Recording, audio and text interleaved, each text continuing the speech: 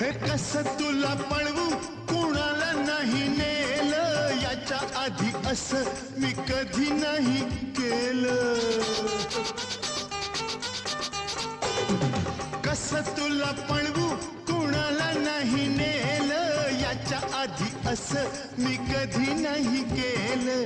आजूबाजूवाले मला म्हणतील ग येडा, आजूबाजूवाले मला म्हणतील ग येडा.